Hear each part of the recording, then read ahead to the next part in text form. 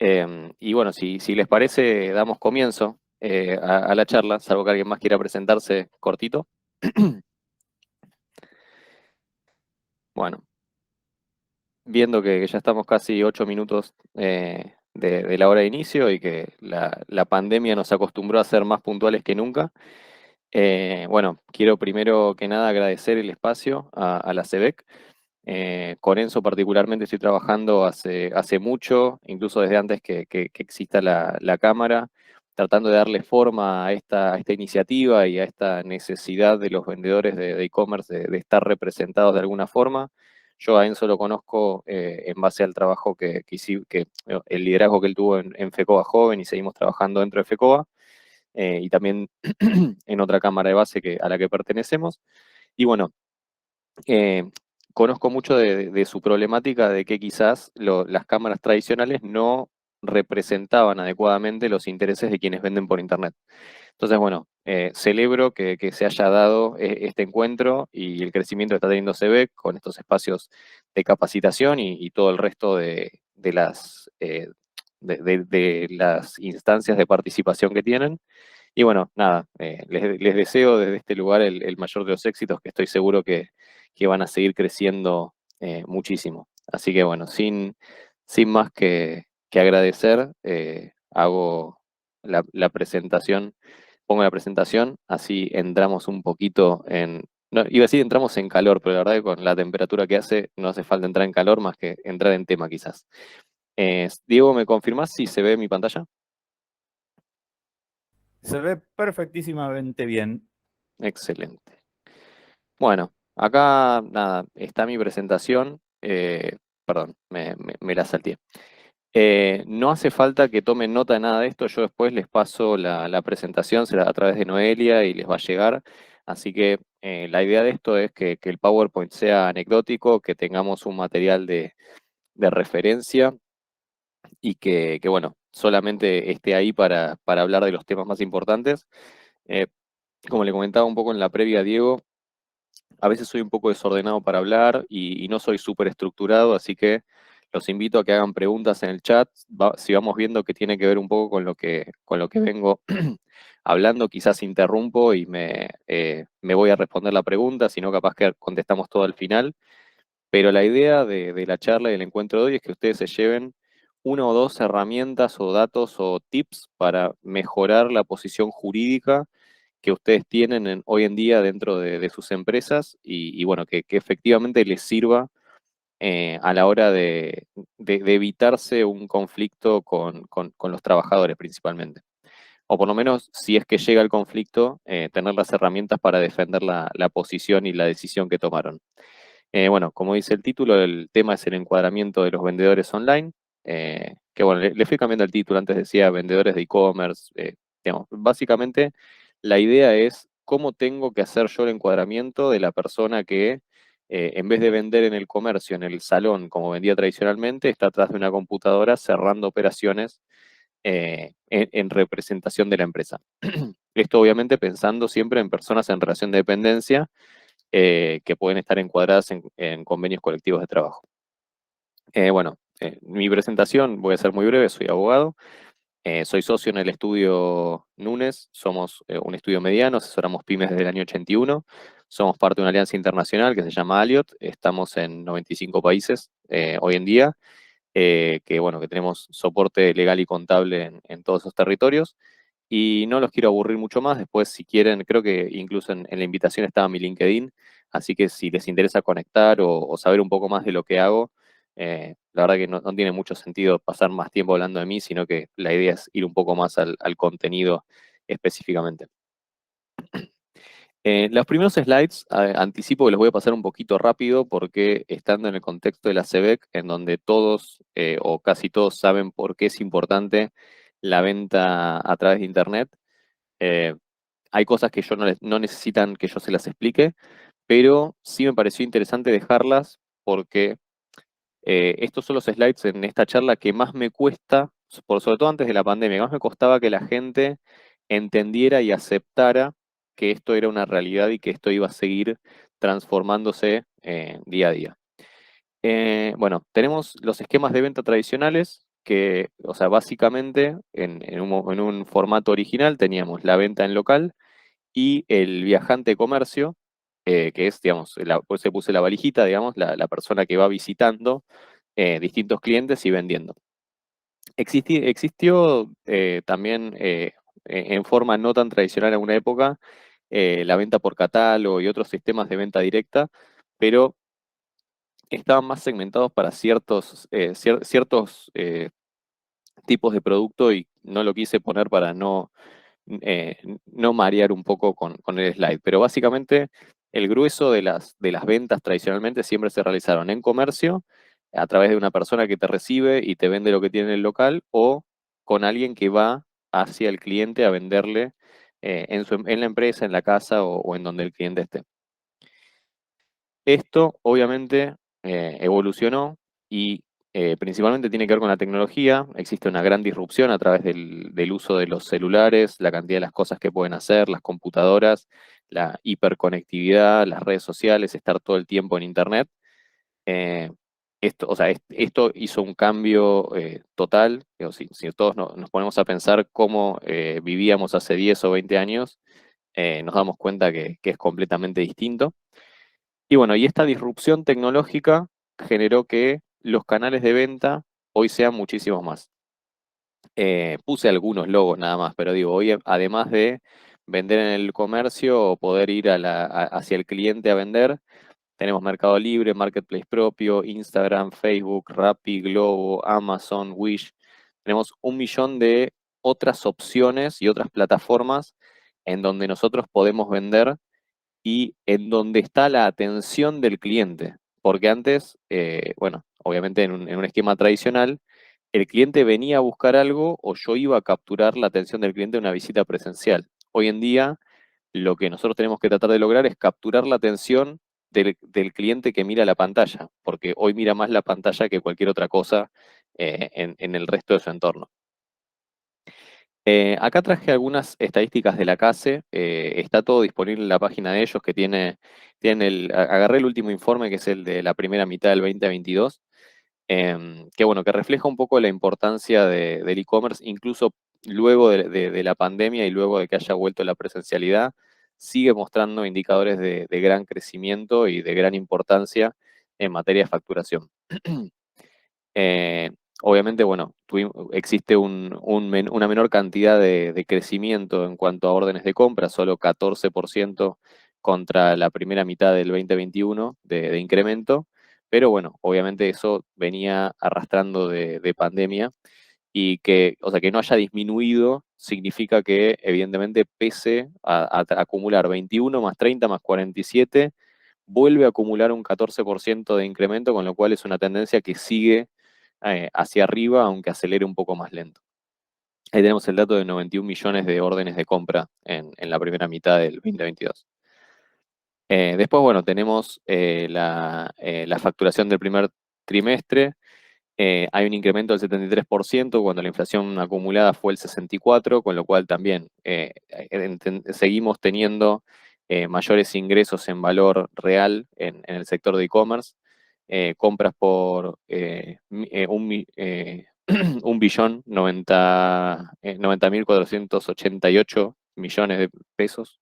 Bueno, ahí está medio raro el número, pero en el informe está claro. El 91% de los argentinos compraron online alguna vez. O sea, habla de una adopción masiva, con lo cual hoy nadie le tiene miedo a operar por Internet. Sí, obviamente existen estafas y sí hay que tener ciertos cuidados, pero por lo menos a través de los principales canales nadie tiene miedo de entrar y poner los datos de la tarjeta, cosa que quizás cuando empecé a hablar de esto era algo que seguía existiendo. Tenemos un 14% de peso específico del canal de ventas online, que obviamente en algunas empresas es el 100% y en otras será algo muy chiquito o incluso no podrá ser cercano a cero, pero esto nos habla de que es cada vez más relevante el canal de ventas online. 14% parece poco, pero ¿a ustedes qué les pasaría si vendiesen en sus empresas 14% menos? O sea, evidentemente sería un impacto económico muy fuerte. Y sobre todo pensando en lo que vimos antes de que viene creciendo, ¿no? Como decíamos, bueno, 91.2 millones de órdenes, un ticket promedio de casi 12.000 pesos, que es también es un poco inferior a la inflación, pero sigue siendo superior en valor, en valor nominal. Y bueno, unidades vendidas, estamos en 11% más de productos vendidos que en 2021. Como les decía, lo voy a pasar muy rápido porque el informe está y no tengo que convencer a nadie, me parece, a esta altura de la importancia del e-commerce. Bueno, respecto al perfil del cliente, me parece importante hablar sobre el concepto de la experiencia de compra. Nosotros en el esquema tradicional, el cliente solamente miraba qué tengo, la calidad, el precio y cerraba la compra por algo mucho más simple, si se quiere. Hoy en día el cliente valora un montón la experiencia de compra. Tiene que ser ágil, tiene que ser simple, tiene que sentirse contenido, pero a la vez que el vendedor no lo moleste demasiado preguntándole muchas cosas, y tiene que adecuarse a lo que el consumidor está buscando. Como decíamos, esta disrupción no solo cambió los canales de venta, cambió también al consumidor. El consumidor probablemente cuando entra a un local hoy, ya sabe cuánto vale en Mercado Libre, sabe cuánto vale en los locales alrededor y no le interesa el precio, porque si entró a mi local es porque está dispuesto a pagar el precio al que lo tengo yo y probablemente ya hizo alguna pequeña investigación. Termina decidiendo su compra por otros motivos. Entonces, bueno, lo más probable es que el cliente también cada vez tenemos, me parece, ustedes me corregirán, pero yo creo que cada vez tenemos menos gente que sale a pasear y a mirar la vidriera. Lo más probable es que el consumidor, sobre todo los jóvenes, ya haya visto en Instagram o en cualquier red social lo que quería, haya evaluado y hecho una pequeña investigación online y haya venido a nuestro local porque nuestro local lo ofrece, pero no porque pasó por la calle y lo vio en la vidriera, entró a preguntar el precio Mm, o si lo tengo disponible. Lo vio en TikTok. Bueno, sí, sí, soy un poquito más grande que TikTok. Yo a TikTok me quedé afuera ya. Bueno, Eh, yo estoy con TikTok, pero lo vio en TikTok y lo van y lo compran. sí, tal cual. Bueno, hoy en día ya, a ver, a este punto, el bullet que sigue es casi irrisorio, ¿no? Pero realmente cuando empecé a dar esta charla, tuve que ponerla que si no tengo una página web no existo. Que hoy en día nadie se cuestiona si realmente tengo que tener o no una página web. Pero quizás hace 5 o 10 años, que fue una de las primeras charlas que di con este tema, había gente que pensaba que no era importante estar en Internet o que no era importante salir en Google cuando me buscan. Y bueno, haciendo quizás un pequeño raconto de esto, de todo lo que veníamos hablando, la experiencia de compra es un todo. Tiene que todo ser positivo para que realmente eh, sea fructífera la experiencia. Tiene que ser bueno el producto, tiene que ser buena la calidad, tiene que ser buena la atención, la celeridad del precio, las condiciones de compra, etcétera. Y esto nos lleva al último punto, que es que la reputación pasa a ser lo más importante y el cliente tiene una acción directa en caso de tener una mala experiencia. O sea, si el cliente tuvo una mala experiencia, se da vuelta y nos pone una mala reputación en Mercado Libre o en donde sea que sea nuestro principal canal de ventas, eso nos genera un daño directo enorme. Entonces, la reputación en este sentido, antes, digo, si se fue alguien disconforme, capaz que lo escuchaban gritar 3 o 4 potenciales clientes que estaban en la puerta al momento de la mala experiencia. Pero hoy en día tiene un poder tal el consumidor y el cliente en este sentido, que hace que una mala nota de parte de ellos, una mala recomendación, nos puede impactar en cuántas búsquedas salimos, cuántas operaciones concretamos, que directamente decidan no hacer la compra por desconfianza, etcétera. Entonces, es un punto a tener en cuenta, sobre todo al momento de decidir quién está a cargo del canal de venta online. Y bueno, como conclusión, todo esto, ¿qué debería traer en la empresa? Cambios en la estructura. O sea, ya no puedo quedarme solamente con ir a visitar clientes o traer o tener vendedores en el local, sino que necesito toda una estructura repensada, orientada para solamente el comercio electrónico o para la convivencia del comercio electrónico con el comercio tradicional. Entonces, yendo un poquito hacia lo que son los perfiles de los trabajadores y las habilidades, digamos, que vamos a buscar en cada caso. Yo hice una pequeña descripción, pero acá ustedes incluso van a tener más experiencia que yo y se les van a ocurrir otros adjetivos que si quieren los tiran en el chat. El vendedor tradicional necesita saber hacer una vidriera, tiene que ser entrador, tiene que ser conversador. Muchas veces es un generador de precio y de necesidades. A veces cuando no, o sea, si no tengo un precio público a la calle, a veces el vendedor tradicional negocia y genera el precio. O fui a buscar un pantalón y me vendió un cinturón, digamos, y tiene eso de revender y sobrevender y generar esa necesidad en el cliente. Tiene que conocer el producto al detalle, tiene que saber si es de cuero, cuerina, si tiene la punta, si es cómodo el zapato, etcétera. Y el vendedor tradicional siempre debería haber estado en relación de dependencia.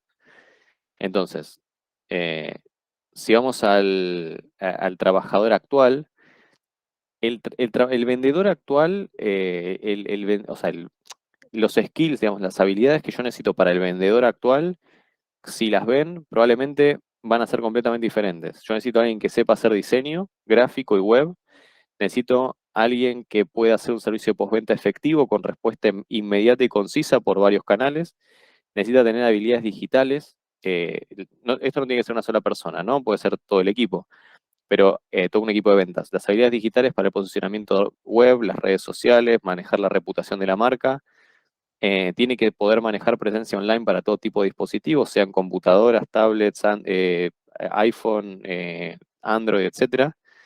Em, no necesita interiorizarse del producto porque las definiciones y las descripciones del producto se las va a poner probablemente la empresa que lo fabrica, y ellos lo único que van a hacer probablemente es conseguir la mejor, o sea, en base a esa información, conseguir el mejor posicionamiento, pero no necesita saber exactamente cómo se fabrica y demás. Y algo que aparece mucho, que puede ser tercerizado en una empresa que brinde esto. O sea, una empresa que nos provea vendedores hubiese sido muy raro para un vendedor de salón, pero una empresa que sea una agencia de marketing, que nos maneje las redes, que maneje la parte de postventa, que puede ser algo parecido a un call center, sí empieza a ser más habitual e incluso también ser adecuado. O sea, probablemente si nosotros tenemos un vendedor, o sea, una flota, un equipo de vendedores de salón tercerizados, lo más probable es que podríamos sucumbir ante reclamos por fraude laboral y bueno, una figura de interposición de una empresa que no es el real empleador, cuando en realidad, en el caso de las agencias de marketing y community management y demás, estamos contratando a una empresa que en realidad hace el mismo servicio probablemente para 10, 20, 30 empresas y comercios distintos. Entonces, una de las grandes preguntas que también trae el comercio electrónico es, a partir de todos estos cambios, ¿qué pasa con la logística y el depósito? Eso no tengo una respuesta, porque en general cada empresa acá, si alguno quiere contar su experiencia, es un mundo.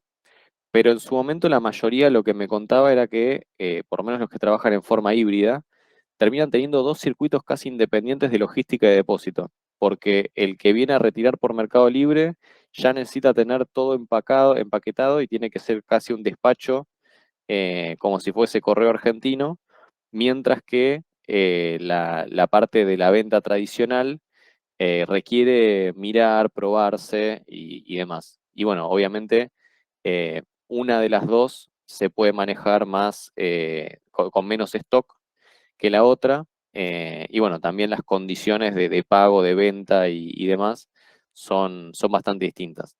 Pero bueno, la idea con esto quizás no es llevar una solución única para todas las empresas, sino ir señalando quizás los puntos en donde nos obliga el comercio electrónico a repensar o a modificar en algún caso cómo contratamos a la gente y cómo diseñamos nuestras estructuras de negocio. Hasta acá, ¿alguna pregunta, Diego? Porque no estoy viendo el chat, yo estoy solo con mi presentación. No, hubo un intercambio paralelo Ah, para que. de networking, no fue necesariamente Ah, pucha, del yo, tema. yo quería chusmear. No, Bueno, fue un networking acá interno, mil disculpas. no pasa nada. No, es que no veo nada, pero bueno, entonces vuelvo a la No, presentación. tranquilo, yo te estoy haciendo la segunda. No, es que yo estaba ahí, dijiste ahí un intercambio y yo ya viste, el abogado No, chusma quería, ya quería tranquilo. saber. Bien, bueno, volvimos más o menos a donde estábamos, ¿verdad? Ahí están viendo la pantalla. Sí, Bien. ponela en modo presentación. Ah, no, para. Porque empecé a compartir lo que no tenía que compartir. Entonces, dejar de compartir y me voy a compartir. No, perdón, esto me pasa por chusma. Una ventana, presentación, compartir. Bien. Bueno, entonces, vamos a hacer un pequeño resumen de los sectores que yo creo que se reestructuran o se crean. Por un lado, comercial y marketing, bueno, casi que no hay que decirlo. Ahí al principio estábamos charlando justamente sobre el rol del community manager, bueno, de la imagen, de que quizás tenemos redes sociales para atraer a nuestros locales físicos y demás. Con lo cual, ya ahí tenemos un canal de comunicación, sea de la web, de las redes sociales, del call to action y demás, que se reformula, además de la presencia que podemos querer tener en las distintas plataformas que se pueden usar para vender. Después, por otro lado, tenemos la creación de contenido multimedia, algo que tradicionalmente nunca hubiésemos hecho. A lo sumo, hacíamos una gráfica para un cartel o algo a la calle. Hoy en día es necesario y casi vital para los que venden mucho por e-commerce tener la posibilidad de, bueno, de hacer videitos, bueno, lo que sea, TikTok, trabajar con influencers, mandar pequeñas cápsulas, fotos, etcétera. Con lo cual, eso también es un sector que incluso se crea casi. El servicio hosting es fundamental, algo que quizás originalmente lo único que importaba era pagar el alquiler y tener el local. Hoy necesitamos además, entre comillas, pagar el alquiler para tener nuestra página web. Otro sector que nunca se trabajó de esta forma es el tema de análisis de datos, sobre todo con la gran cantidad de datos que nosotros tenemos de las páginas web y de las plataformas, nos permiten hacer un análisis profundo y mejorar nuestras acciones de venta constantemente. A diferencia de quizás en un esquema tradicional donde quizás teníamos a alguien que se tomaba el trabajo de tomar nota, y decir, este no lo llamé hace mucho tiempo, pero que no era lo habitual ni se podía procesar de forma tan fácil. Bueno, el trabajo de programación también para páginas web y para los que tienen tienda propia es un gran desafío y un proveedor clave. La gestión de mails y sistemas de mensajería, como decíamos, el tema del servicio postventa, algunos usan CRMs, otros trabajan en forma nativa en cada plataforma en la que están, pero bueno, hoy normalmente estamos hablando de que cada empresa tiene 3 o 4 canales de comunicación vigentes, o sea, probablemente teléfono o WhatsApp, un formulario de contacto en la página web y al menos 2 o 3 redes sociales, con lo cual nosotros ahí tenemos que tener un equipo de respuesta rápida porque probablemente nos consulten más desde el teléfono que en un local físico, con lo cual esto empieza a ser clave. Bueno, de la mano con eso el tema de community management es algo que no existía. Y después en los sectores tradicionales también. La administración probablemente necesita un centro de costos y un canal de ventas nuevo. Tienen que aparecer gerencias nuevas con gente con conocimiento, con este tipo de nuevas tecnologías. Los medios de pago y tipos de cuentas se multiplican porque cada plataforma tiene sus ribetes. Algunas tienen, como por ejemplo Mercado Libre, tiene Mercado Pago y otras, bueno, empiezan a aparecer otras variantes. Como decíamos, el tema de inventario, stock. Bueno, el tema del despacho, el depósito, y bueno, nada. Esto, si ustedes quieren seguir la lista, se van a dar cuenta probablemente quienes tenían comercio tradicional y hoy en día están vendiendo online. van a poder hacer una lista mucho más detallada incluso que la que tenemos acá. Diego, te Sí, interrumpo que el presidente está levantando la mano. ok. Señor presidente, le damos la palabra, pero un ratito. Muy bien. Una pregunta, Diego, porque yo vengo escuchando lo que estás comentando y a mí hay algo que me da vueltas, sobre todo con el tema del encuadre del empleado dedicado exclusivamente a la parte de la plataforma de e-commerce. En una época, los vendedores, los viajantes, ¿no? Lo que se conocía como viajantes, tenían su propio sindicato y su propio régimen por el cual podían había una contingencia grande con la cartera de clientes que estos viajantes le abrían a una empresa. En el caso de los vendedores de e-commerce, si uno contrata gente para desarrollar el canal o para abrir canales, ¿existe ese riesgo, esa contingencia que el día de mañana te reclamen por esa cartera de clientes que te habilitan? En este país todo el mundo puede hacer el juicio que quiera, pero el señor presidente se fue como 5 slides para adelante. Lo vamos a ver. La realidad es que sí, siempre está la posibilidad del reclamo. Justamente el objetivo de esta charla es contarles por qué sí efectivamente les pueden hacer un juicio con este reclamo y por qué particularmente yo considero que no corresponde y los argumentos para defender la posición de que no corresponde. Pero bueno, obviamente la forma más segura de encuadrar a los trabajadores de e-commerce es el convenio, entre comillas, más caro, que en este caso es el de viajantes.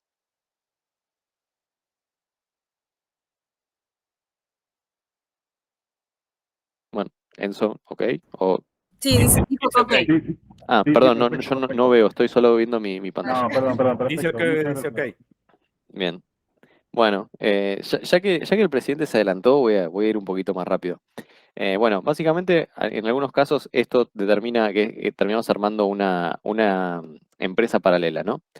Pero bueno, quiero ir un poquito ya yendo a la parte jurídica y a la parte que tiene más que ver con mi charla.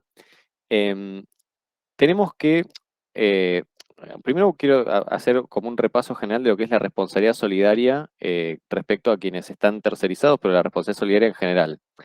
En laboral nosotros encontramos que existe la posibilidad de, ante ciertos casos que se considera que existe fraude laboral, extender la responsabilidad a las personas físicas o a las personas o a las empresas que son usuarias de un servicio y que de alguna forma se benefician del fraude a los derechos de un trabajador.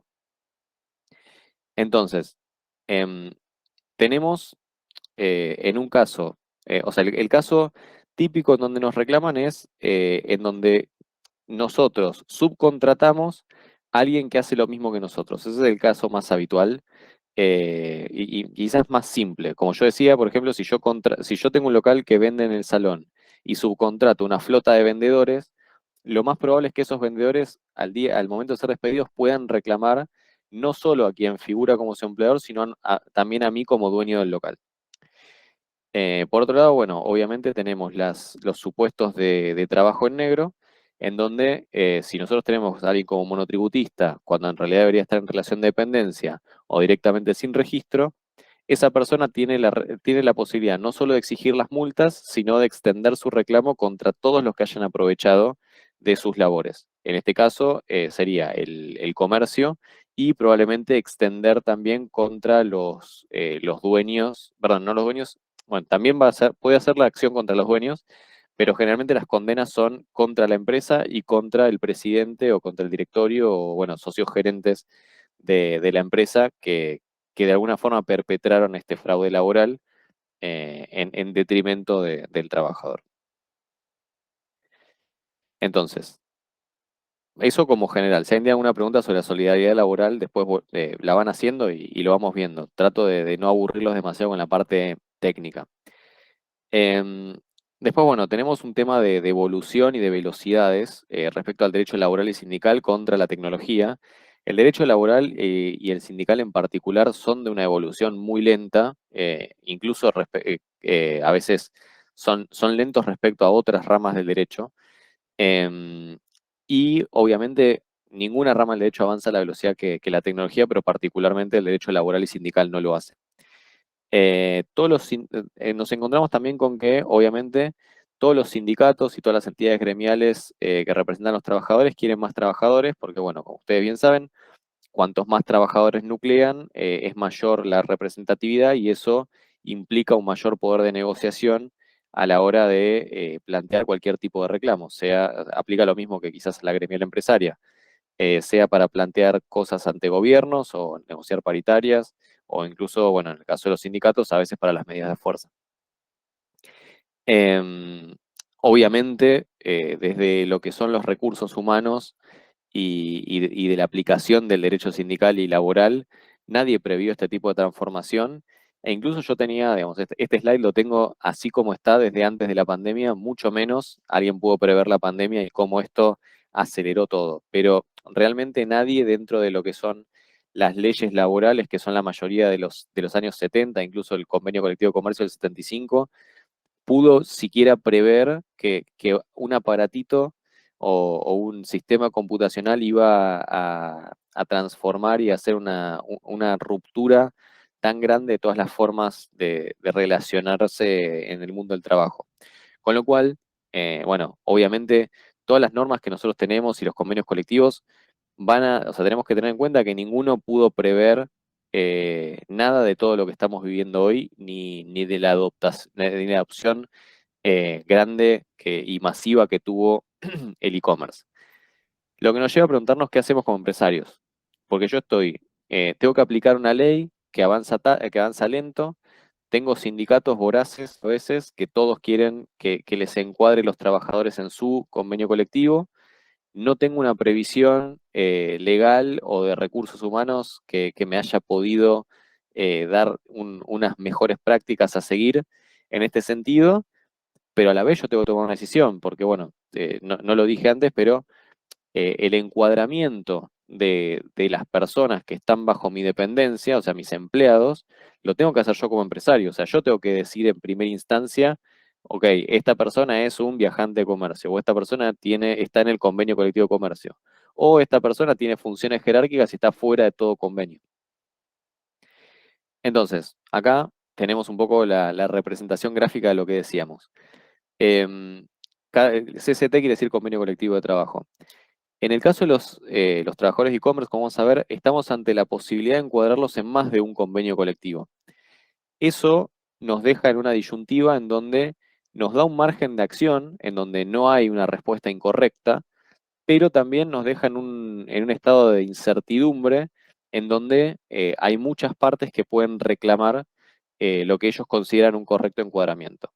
Ese correcto encuadramiento se puede plantear primero como una acción individual de que un trabajador diga, no, yo en realidad corresponde que yo esté en otro convenio, lo que eventualmente puede terminar en que se considere despedido y un juicio laboral, en donde, bueno, el juez determinará si realmente nosotros lo encuadramos adecuadamente o no, pero también puede terminar en una situación colectiva, en donde haya un sindicato que diga que todos mis trabajadores están mal encuadrados y esto termine en una acción de encuadramiento ante el Ministerio de Trabajo. También las dos pueden darse ambas en simultáneo, que haya un reclamo colectivo y que algún trabajador haga el reclamo individual. Pero bueno, la idea es no mezclarlos quizás demasiado con esta parte, sino que sepan que si algún trabajador o alguna entidad sindical considera que nosotros hicimos mal nuestro trabajo de encuadramiento, existe la posibilidad de reclamo. Entonces, bueno, me adelanté un poco a mi propia diapositiva. ¿Quién elige? Elige el empleador. Entonces, yo como empleador tengo la facultad de decidir que mis trabajadores están en tal convenio porque mi actividad, por ejemplo, yo digo, mis trabajadores están en comercio porque yo soy un comerciante, ok, y yo leí las categorías y para mí todos mis trabajadores encuadran en las categorías que corresponden y no hay otro que se ajuste mejor a mi actividad.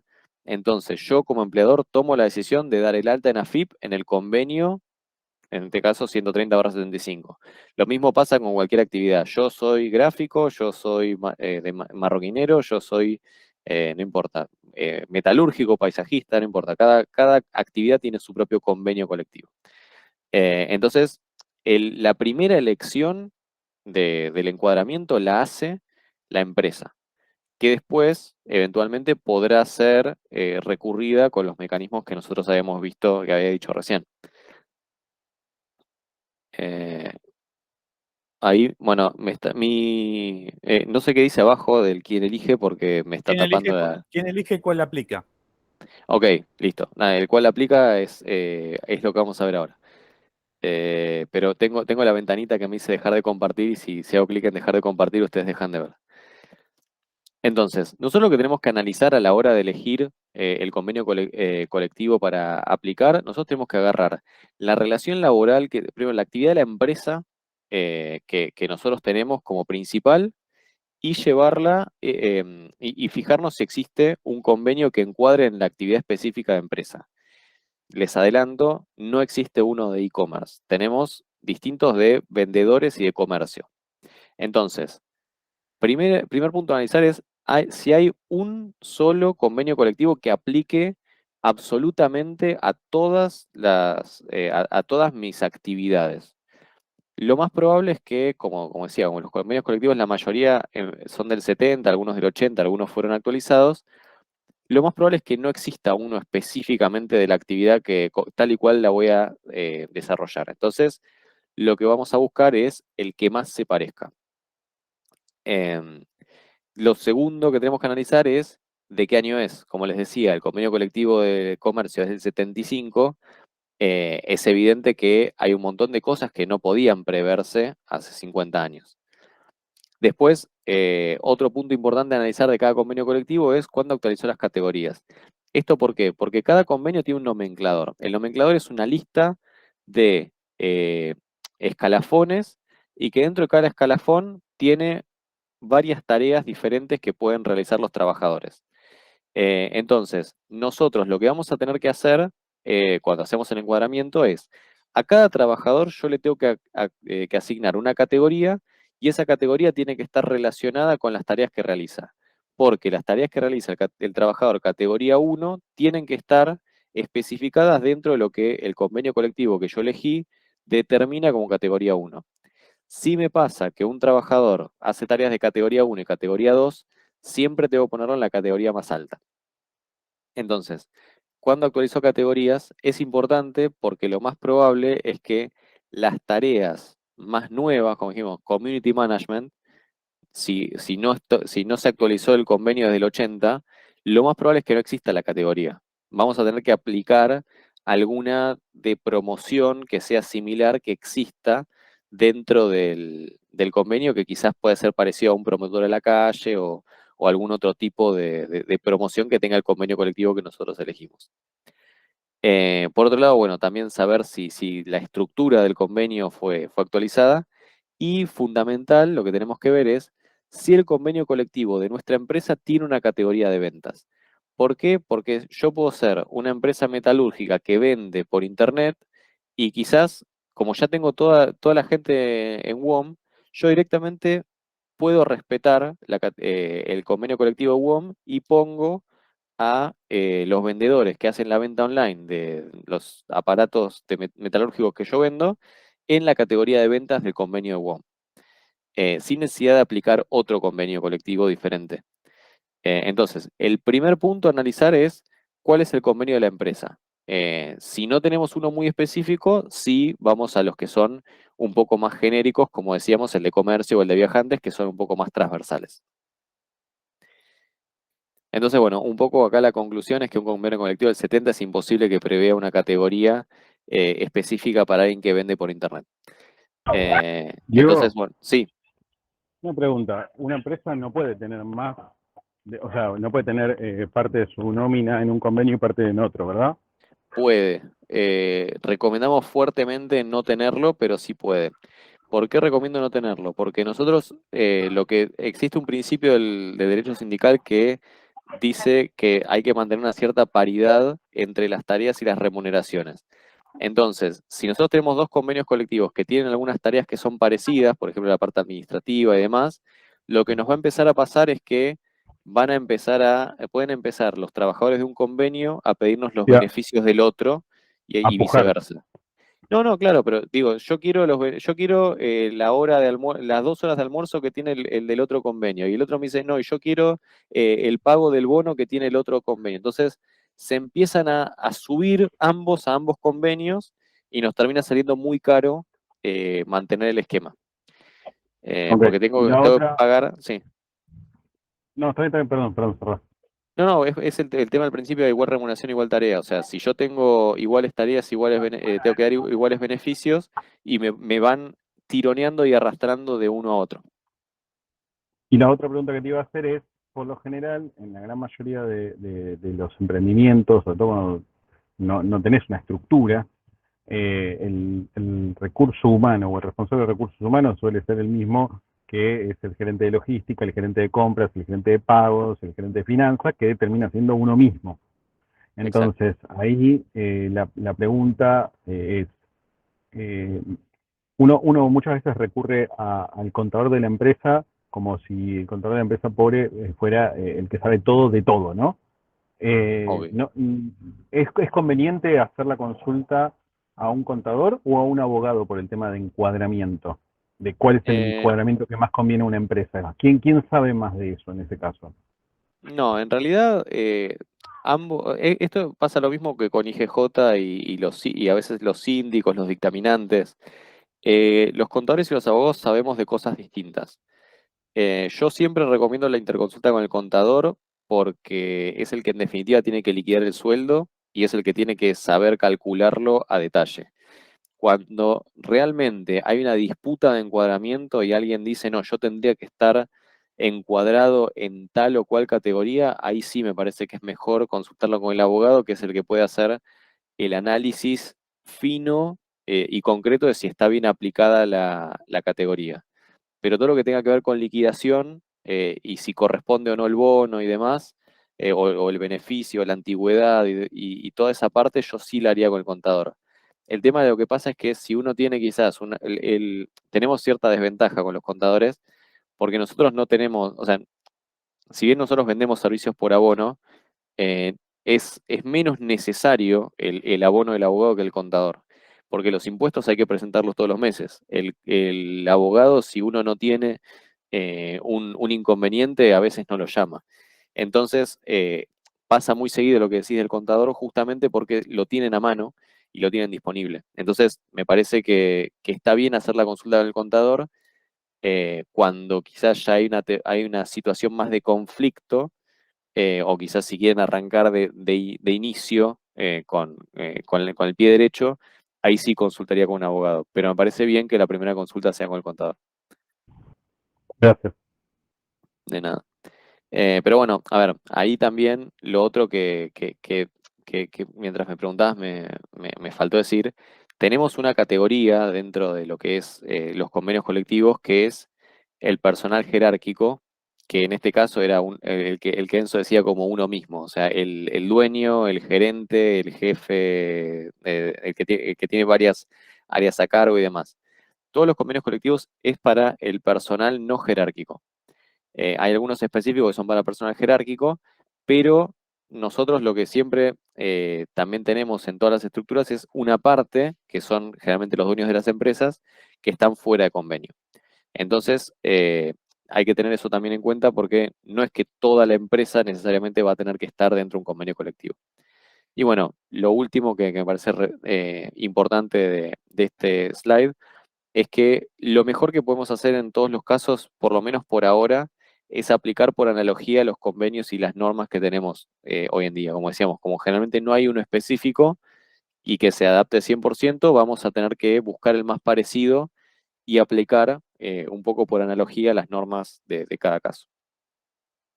Entonces, vamos a repasar los principales que tenemos para encuadrar a los viajantes, perdón, a los vendedores de e-commerce. El primero, que bueno, es el que quizás todos más conocen, es el convenio colectivo de comercio, el 130/35, que es el que históricamente se aplicaba a los vendedores que vendían dentro del local. La diferencia, si se quiere, para aplicarlo a un vendedor online, es que el vendedor por e-commerce lo puede hacer desde cualquier parte, no necesita estar presencialmente en el local. Obviamente cuando se hizo el convenio colectivo no existía esta forma de vender, con lo cual no existe la categoría específica. Y bueno, como característica, el convenio colectivo de comercio es un convenio que, si bien ahora tuvo bastantes aumentos y se hizo un poquito más caro, es un convenio que dentro de las categorías es bastante laxo e inclusivo. Está pensado para que cuando uno no sabe bien en dónde encuadrar a alguien, pueda entrar en comercio. Acá tengo, bueno, el segundo, que es el que mencionaba Enzo, que es el más caro de todos, que es el Estatuto del Viajante de Comercio, que es una ley que también, que es del 73, creo, no, perdón, del 58. Con lo cual es muchísimo más viejo todavía. Tuvo una reforma en el 73. Es el convenio, o sea, es un convenio que históricamente, como decía, se aplica a los que visitan clientes. Al que quizás tiene, o sea, yo lo pienso como el que toca puerta en puerta y va vendiendo algún producto, pero también tiene que ver con quizás el representante de una marca que va a visitar a las empresas y vende ciertos productos a empresas, pero básicamente es quien cierra operaciones en la calle.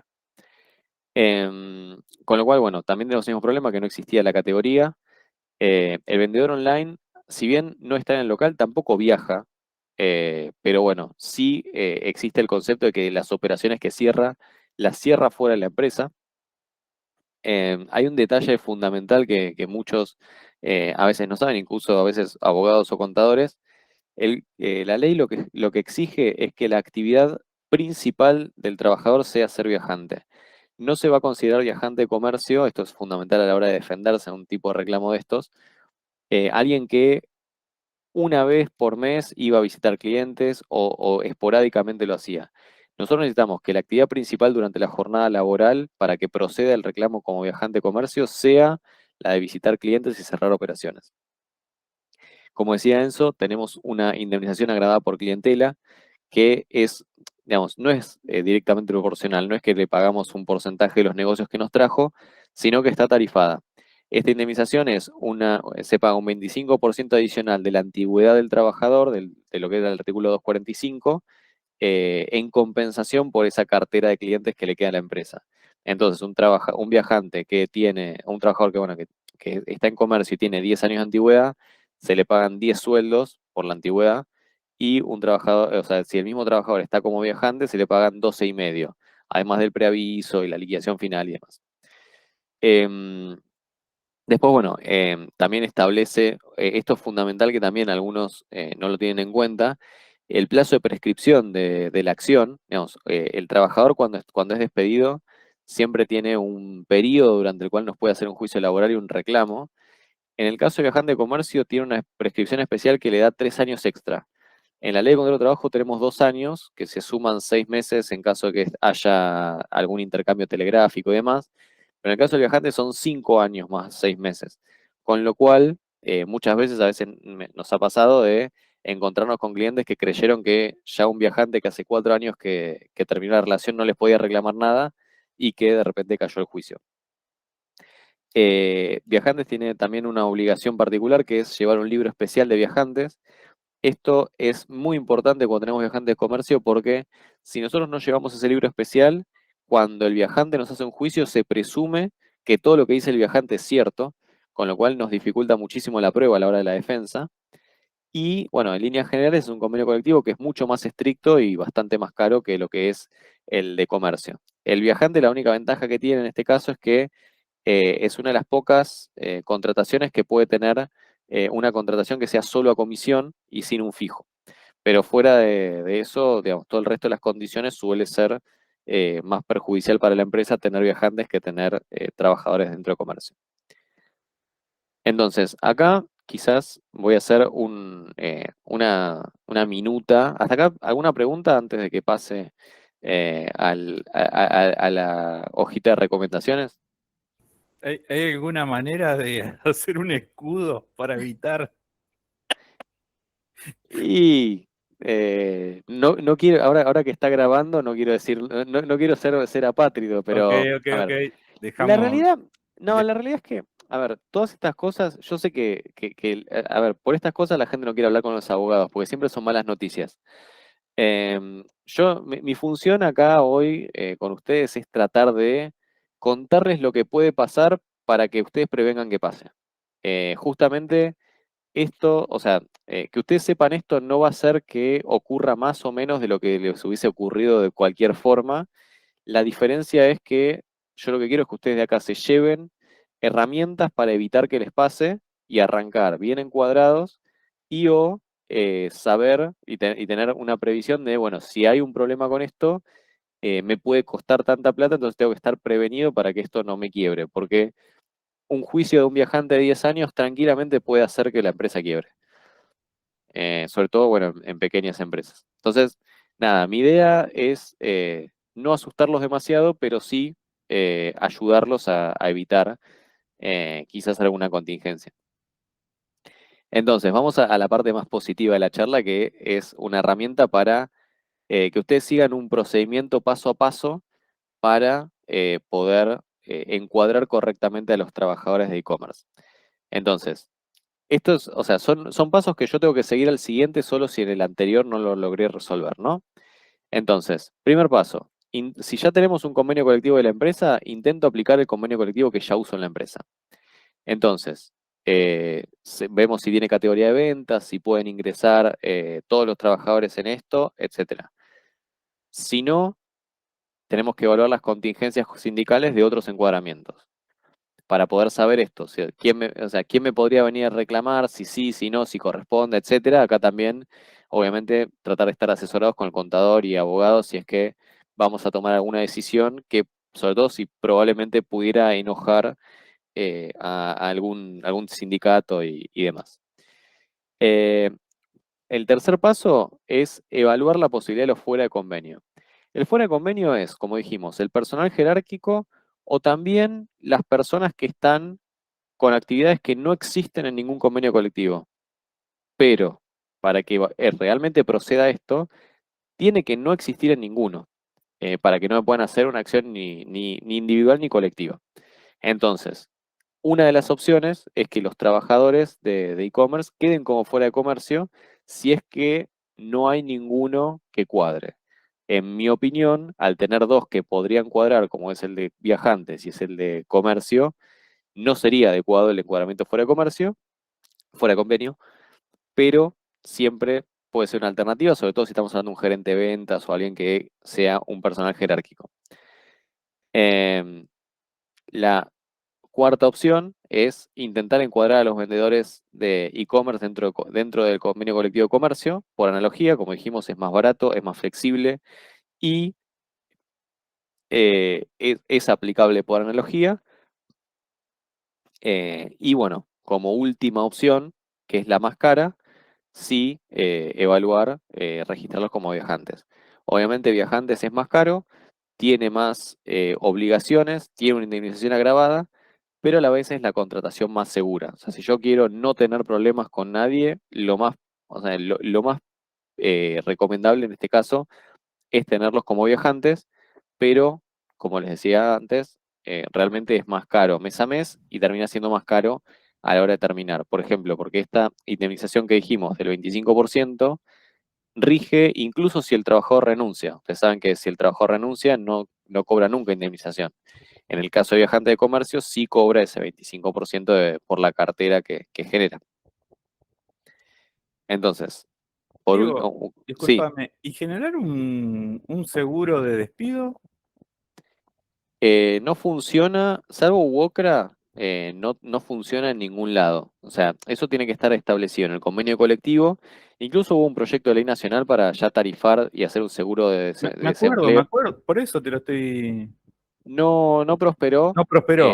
La verdad que la gente que sabe de números, yo abogado, así que no me meto en eso, decía que el pago de la prima de los seguros para que realmente pudieran alcanzar para pagar las indemnizaciones que correspondían, iban a terminar siendo más caros Que que pagar una el pago de indemnización. las indemnizaciones que se Ah, estaban bueno. dando. Yo, del otro lado, lo que digo es, si me sale más caro, pero yo sé exactamente cuánto me sale, y acá lo siento mucho por todos los colegas míos, porque evidentemente que haya muchos juicios es negocio, tanto para mí que los tengo que defender como para quienes los inician. Yo prefiero la seguridad jurídica, es decir, a mí me sale tanto por mes como empresario, que tener que estar todo el tiempo pensando en de cuánto tiene que ser el fondo de contingencia y si me aplica una tasa capitalizada o no de interés, y tener que volverme loco negociando todos los juicios todo el tiempo, en una hipótesis de conflicto constante en donde el empresario termina estando más preocupado por arreglar juicios que por poner la cabeza en productivo y hacer, o sea, hacer lo que tiene que hacer, que es generar valor. Diego, Sí. diste en el clavo, ¿Por qué decís? porque yo pienso igual que vos, y Ah. lo hago y lo practico en las empresas. Bueno, a ver, a mí me parece que cada uno tiene que hacer lo que, o sea, un poco el concepto de que griego de que la justicia de cada uno haga lo que es mejor. Para mí, cada uno tiene que hacer lo que es bueno, y el empresario es bueno generando valor. Si vos pones al empresario a tener que hacer cuentas de cuánto le tiene que dar a uno o a otro porque se fue, porque se enojó, porque el convenio, lo estás desperdiciando. Pero bueno, a No, ver, no, no, también pero reconozco que no lo hace el empresario, se lo hago yo. claro, pero el que te tiene que decir si pone la plata o no es él. Cuando le muestro los números te dicen que sí.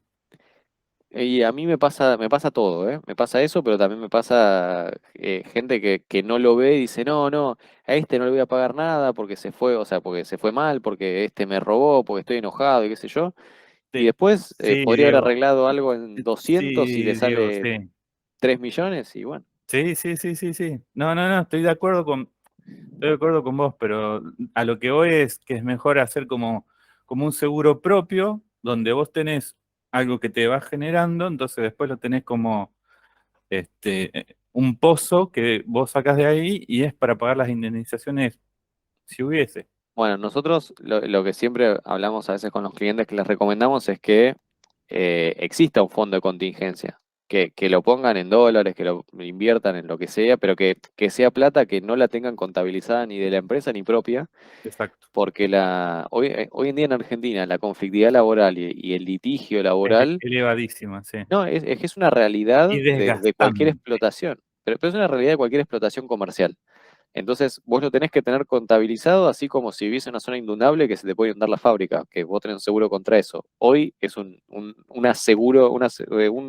seguro propio Sí, que tendrás que salir a negociar en cada momento para tratar de cerrar el mejor acuerdo.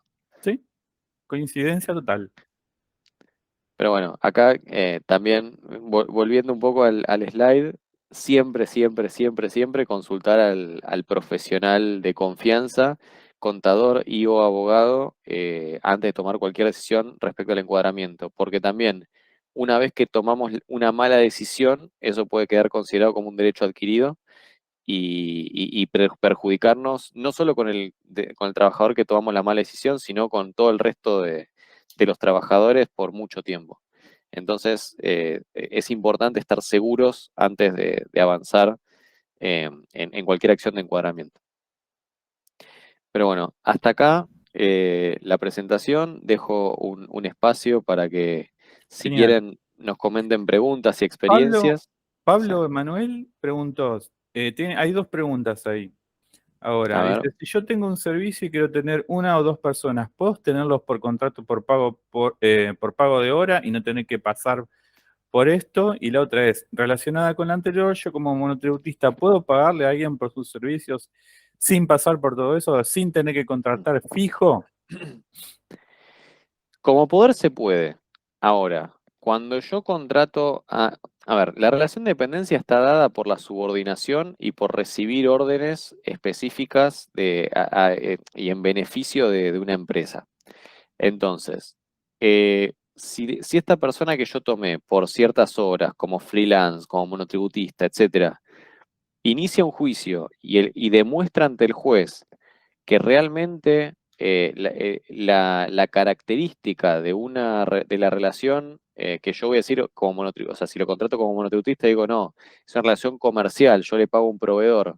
Si él demuestra que una relación laboral en donde estaba subordinado a mis órdenes, sobre todo si cumplía horarios, si venía a la empresa, etcétera, ahí yo me enfrento con no solo la posibilidad de una multa por mal un reclamo por mal encuadramiento, sino con las multas de trabajo en negro. O sea, nosotros hicimos más o menos una cuenta que dependiendo de la antigüedad de cada trabajador y demás, tener un empleado en negro multiplica por 3 o por 4 más o menos el reclamo y el juicio que te puede hacer. Entonces, digo, no me parece, o sea, no sería correcto de mi parte aconsejarte hacer eso, pero de vuelta, a ver, si vos considerás que el tipo de relación que vos tenés con este proveedor es digamos, autónoma, es un trabajador independiente, profesional independiente, y presta el servicio para muchas empresas y te lo presta a cualquier hora y demás, es una opción. Pero en el caso de vendedores es muy, muy difícil, salvo que sea, no sé, una agencia de telemarketing o algo que uno contrata una empresa, es muy difícil que se considere que no es una relación de dependencia. Porque también uno de los conceptos para relación de dependencia es que sea una actividad que no sea el núcleo de la empresa. Y cualquier empresa necesita como una de sus principales actividades poder vender.